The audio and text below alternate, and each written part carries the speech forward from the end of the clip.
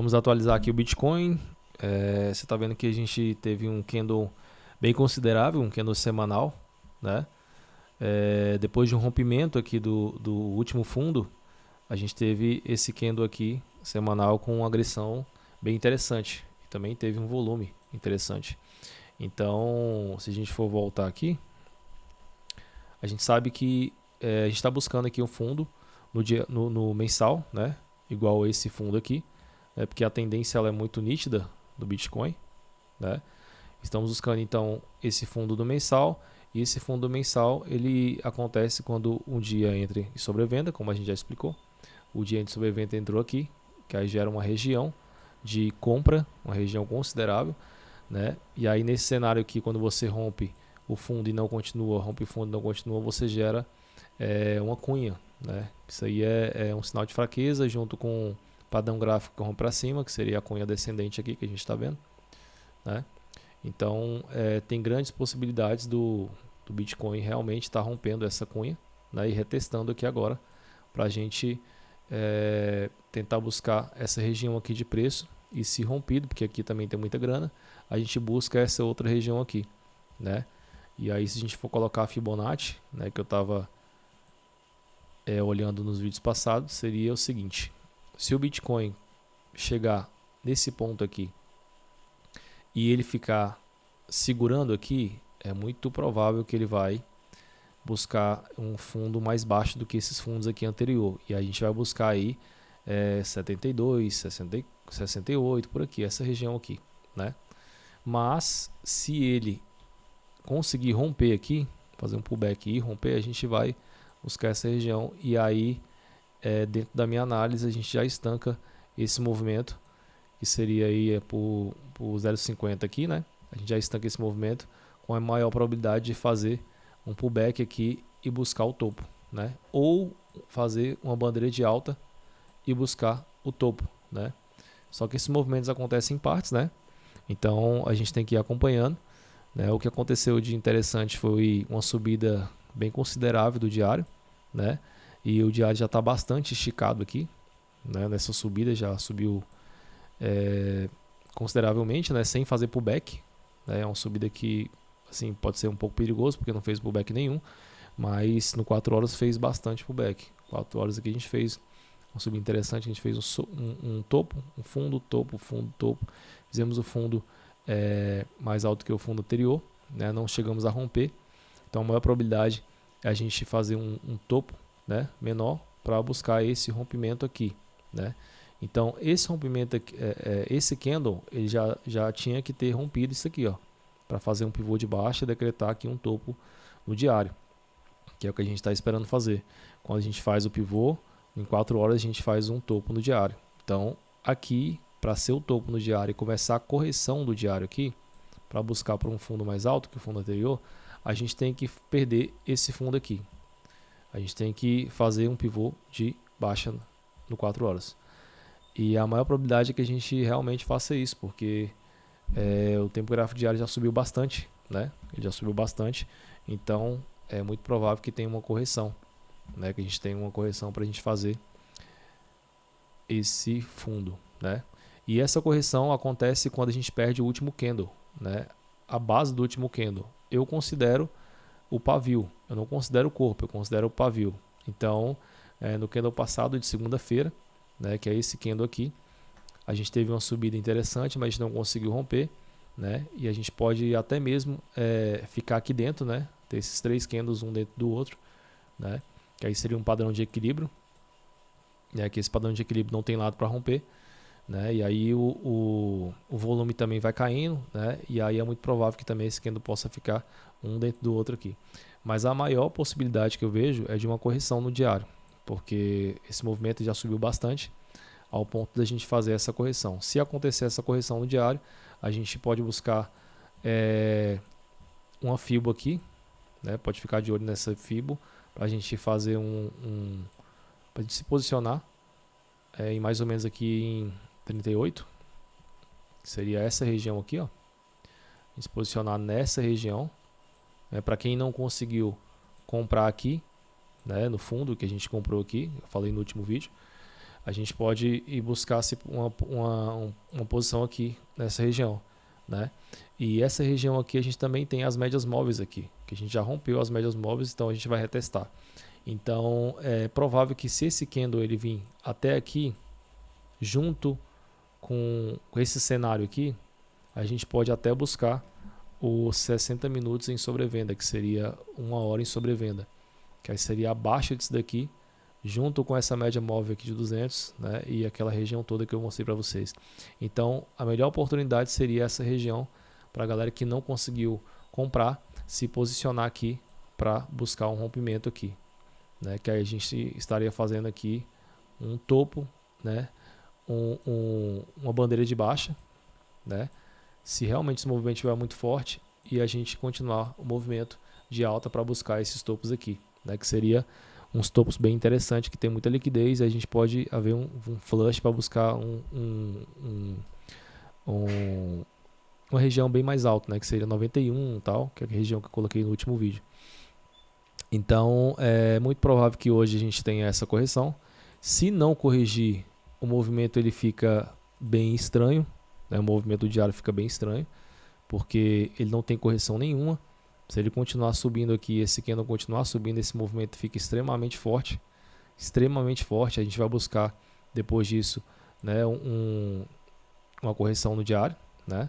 Mas é muito provável que a gente tenha esse movimento, porque a gente fez esse rompimento aqui para mim, né? E a gente vai buscar retestar esse movimento aqui. Isso é basicamente, a gente está buscando aqui um movimento de alta, né? Dentro desse cenário, dentro da região, dentro de todas as possibilidades que eu coloquei no outro vídeo. É basicamente isso. Mas pode acontecer também do mercado afundar mais um pouco. Se ele afundar mais um pouco aqui, significa que ele vai buscar uma região de 50% desse movimento aqui. Aí a maior probabilidade é a gente fazer um padrão de equilíbrio aqui, ó. Esse padrão de equilíbrio é um padrão que geralmente é um padrão de acumulação. É um padrão que é muito forte, né, de acumulação, que pode acontecer também, né? E aí quando acontece esse rompimento dessa acumulação, ou para cima ou para baixo, que não tem lado, né, para romper, o movimento é muito agressivo, né? É um movimento muito forte que a gente pode buscar essas regiões aqui. Se for para baixo, a gente vai retestar aqui, e é muito provável que a gente tenha um movimento que a gente possa buscar essas regiões aí, de 64, 66, que seria o último fundo dessa impulsão aqui. Então tudo vai depender disso daí. Eu ainda acredito que a gente tem que ir por partes, né? Buscar aí o fundo de diário de 1 hora, que seria onde eu falei para vocês aqui, né? Primeiro, ir acompanhando para a gente ver qual será as próximas possibilidades, né? Mas a gente também analisou nos vídeos passados a dominância, né? Que a gente estava de olho na dominância, né? E acontecer algumas coisas que a gente também preveu, não todas, né? A gente está de olho nisso aqui, ó. Está de olho basicamente nessa linha de tendência, né, que é uma resistência muito forte, que aqui também segurou, aqui também segurou, e a gente estava esperando um pivô de baixa no 4 horas, que esse pivô aconteceu, né? Esse pivô de baixa aconteceu. Quando acontece um pivô de baixa no 4 horas, a gente tem um topo no diário, né?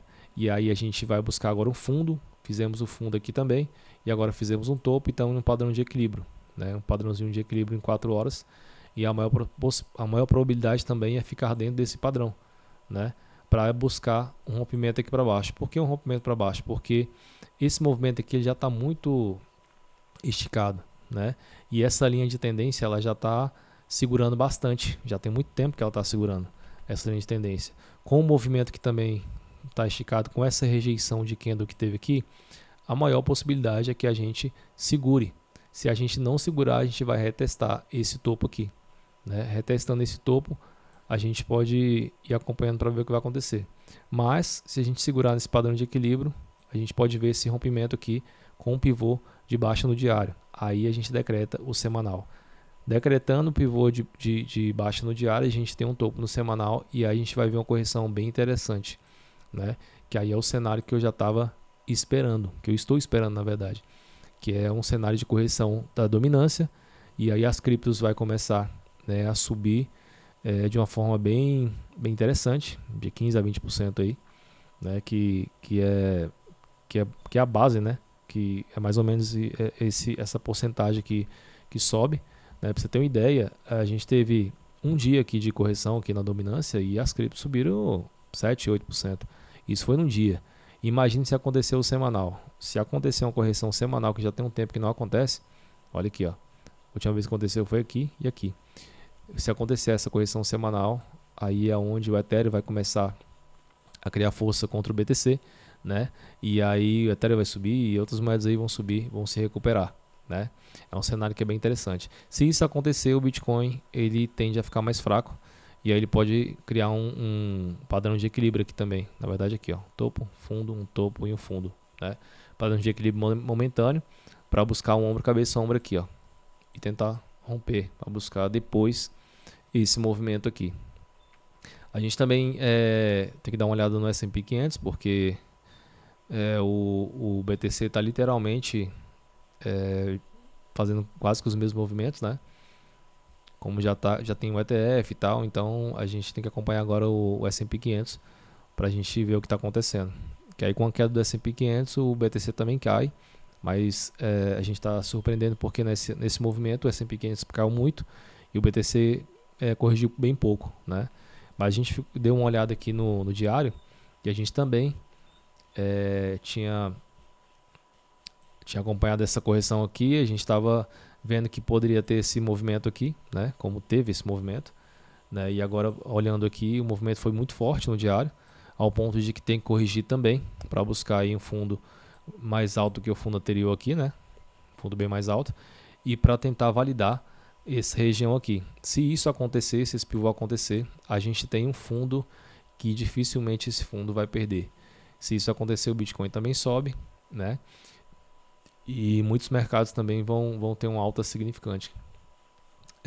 A gente também deu uma olhada na a Solana aqui, né? Nessa região aqui a gente viu que seria uma oportunidade bem interessante de comprar, porque já tinha capturado esse ponto de liquidez aqui, né? Que é o último volume que teve, né? E esse ponto aqui seria bem interessante, né? E a Sol agora, para quem também não pegou, se quiser se posicionar na correção do diário, vai acontecer também, né? Que seria mais ou menos aí 1 hora de sobrevenda. E é isso aí.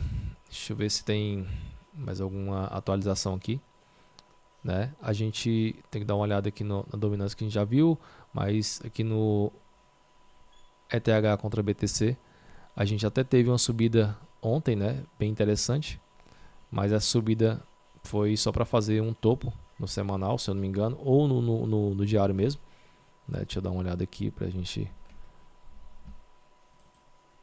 acompanhar. Tá muito fraco, cara, muito fraco, porque a dominância ainda tá subindo bastante, né? Então aqui, ó, isso aqui acontece quando a gente faz um pivô aqui. É bem provável que a gente em 15 minutos tenha entrado aqui em sobrecompra, né, para fazer aí um topo. Aí, ó. 15 minutos sem sobrecompra, fez o pivô e ladeira de novo. Tá muito fraco o Ethereum. Muito, muito, muito fraco. Muito fraco mesmo. O ouro, né, a gente deu uma olhada no ouro. O ouro ele acabou que rompeu tudo, né? Rompeu aqui, ó, topo e tá indo embora. Tá muito forte o ouro. Parece que o pessoal tá muito com medo, né? DXY aqui caindo muito, muito, muito, muito. O dólar tá ficando muito fraco, né, no mundo. Muito fraco. Porque esse gráfico aqui é a força do dólar no mundo. E tem uma queda bem brusca mesmo. E se continuar com essa queda aqui é bem interessante, porque o BTC vai continuar subindo. Mas eu vejo que tende a ter um repique, né, aqui. Se tiver esse repique, o BTC vai corrigir, né, vai começar a ter uma queda. E é uma probabilidade é que tenha um repique, pelo menos um repique, para o BTC também fazer esse fundo aqui, né, no diário. Para fazer esse fundo no diário. Então a gente vai continuar aí acompanhando, né, para ver o que vai acontecer. Né, tem algumas notícias essa semana que pode impactar o preço, mas a gente vai atualizando aí para a gente tentar entender o que está acontecendo dentro das possibilidades, né?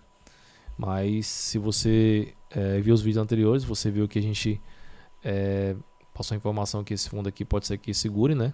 Dentro do que a gente está vendo.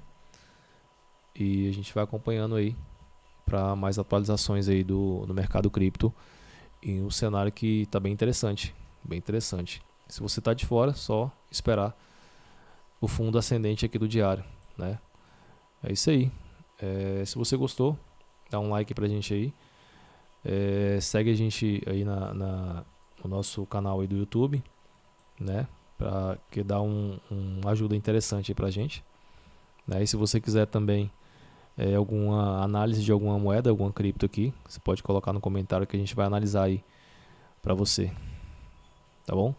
Agradeço por assistir o nosso vídeo aí. Abraço, tamo junto, até a próxima.